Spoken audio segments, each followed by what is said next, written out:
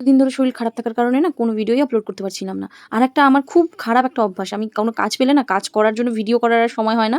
আমি কাজ করেই সবাইকে দিয়ে দিই। আর আমার জন্য অনেক কিছু করেছি সেগুলোর আমি আর মানে আপলোড করার সময় হয় না বা ভিডিও করারও অনেক সময় করতে পারি না।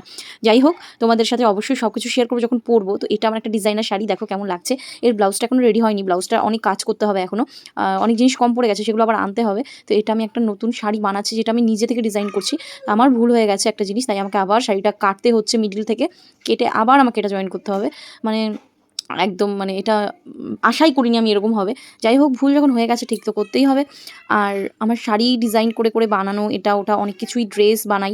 কিন্তু আমার না আপলোড করাটা হয় না। আমি জানি না কেন বিরক্ত নাকি টায়ার্ডনেস এর জন্য আর অনেক কাজ এরকম আছে যেগুলো কাজ আমি করেছি কিন্তু আমি ভিডিও তুলে নিয়ে কাস্টমারকে দিয়েও দিয়েছি। ফুল হয়ে যাওয়ার কারণে অনেকগুলো ভিডিও আমাকে ডিলিটও করে দিতে হয়েছে যেগুলো আমার মানে এডিট করার চক্করে আপলোড করা হয়নি আর আপলোড না করার চক্করে আমার ডিলিটও করা হয়ে গেছে। মানে কিছু করার নেই। আর আমি ইদানিং কিন্তু কোনো কাজ নিচ্ছি না কারণ আমার শরীরটা ঠিক নেই। তবে যদি মানে কারো কিছু করার থাকে আমাকে ফোন করবে, আমাকে কনট্যাক্ট করবে। যদি নেওয়ার হয় আমি নেব। আর যদি না নেওয়ার হয় আমি সঙ্গে তোমাদের